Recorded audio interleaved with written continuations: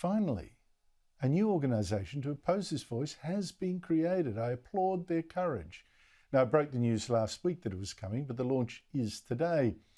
This organisation includes Warren Mundine, former Labor National President, National Senator Jacinta Nampijinpa-Price, and former Deputy Prime Minister John Anderson. And it includes a former federal Labor Minister in the Keating government, Gary Johns, who joins me now. Gary, great to catch up with you again.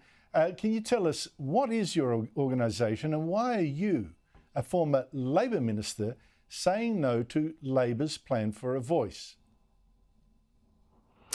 Andrew, the group is called Recognise a Better Way. The reason I wanted to help organise this is that clearly governments have set off to try to recognise Aboriginal people in the Constitution, and we've ended up with something that's way over the top, something that wants to change our democracy forever. So we want to point that out to people and say, look, for goodness sake, we understand there's a desire for an historic recognition, perhaps in a preamble, and we acknowledge that. But the second bit is to say most Aborigines are doing quite well, thank you very much. There's a subgroup of Aborigines who are not doing well, so we are saying let's address their problems, not everyone's, and those are basically people on native title land. So we say, well, use the normal processes of Parliament, a parliamentary committee or party committee, to address their needs and to talk to them. They have legislation specific to them, Commonwealth legislation. So let's use the existing Parliament. And as for voices, Aborigines are perhaps the most represented people in the country, measure for measure.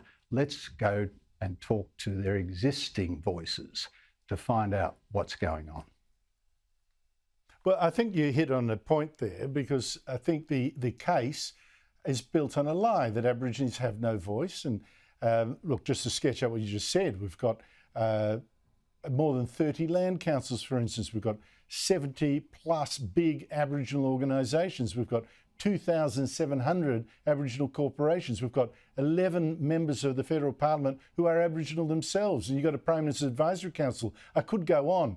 But what people don't recognise is on top of that, this won't replace it, will come not just this voice to Parliament, to the Canberra Parliament in Canberra. This proposal includes up to 35 local and regional voices in regions around the country. The report recommends, the report to government on how to set it up, 35 other regional voices would also be necessary to accommodate the complexities of implementing the voice proposals. Gary, this is the most massive Aboriginal bureaucracy. I don't understand how it's all going to work. No one does, not even the Prime Minister. I mean, we are putting all of this on top of the existing multiple organisations that already talk to government every day, talk to Parliament every day through various committees, have the full rights of any citizen to talk, and they're extremely well organised Aboriginal organisations. So why would you put another entire set of committees on top of that, a whole new architecture for Australian democracy?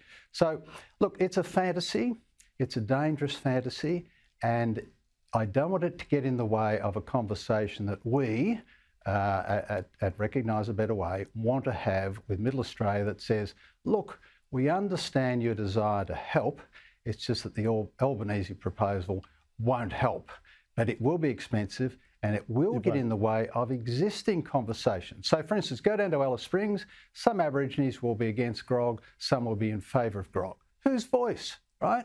It's about the ideology, if you like. You know, I heard Linda Burney, the Indigenous Australians Minister, say, well, this would have been stopped because the voice would have said no to grog. No, what if the voice had said yes to dropping the grog bans? Then what would you do? Gary Johns, look, all power to you. You're going to come up for a lot of abuse. You know that. So I admire your courage in doing the right thing and saying no to this plan to divide us by race. It's so important. Thank you for your time.